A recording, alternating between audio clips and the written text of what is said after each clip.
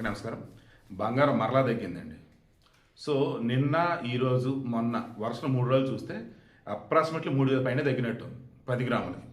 ఇప్పుడు ఈ ఒక్కరోజు మార్నింగ్ అండ్ ఈవినింగ్ రెండు కలిపి 24 క్యారెట్ గోల్డ్ 10 గ్రాములు 2,2,240 రూపాయలు తగ్గింది. 24 క్యారెట్ గోల్డ్ 10 గ్రాములకు గాను ఈరోజు మార్నింగ్ అండ్ ఈవినింగ్ కలిపి 2,240 రూపాయలు తగ్గింది. 1,54,200 రూపాయలుగా ఉంది. కమింగ్ టు 22 క్యారెట్ గోల్డ్ 2,050 రూపాయలు తగ్గింది 10 గ్రాములకి. 1,41,350 రూపాయలుగా ఉంది.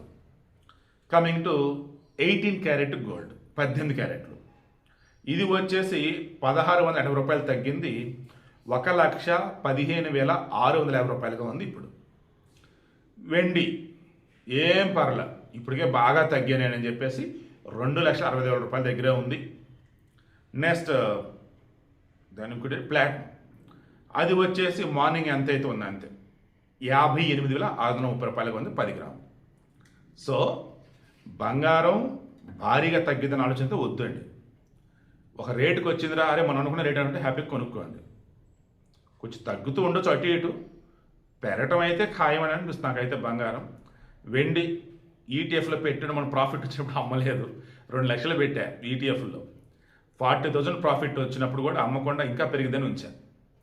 తీరా ఈరోజు వచ్చేసి నో ప్రాఫిట్ నో లాస్ అన్నట్టుగా సేమ్ అదే రేటుకు ఉండిపోయాను. బట్ నేనైతే ఉంచుతా, ఎందుకంటే నాకు ఇంకా 1 మంత్ టైం ఉంది. మధ్యలో లోన్ అన్నాను కదా, క్రెడిట్ కార్డ్స్ కట్టేశాను. సో వెండి విషయంలో రిస్క్ చేయగలిగితేనే ప్రాఫిట్ వస్తుంది. అదే నేను కూడా ఫాలో అయ్యాను.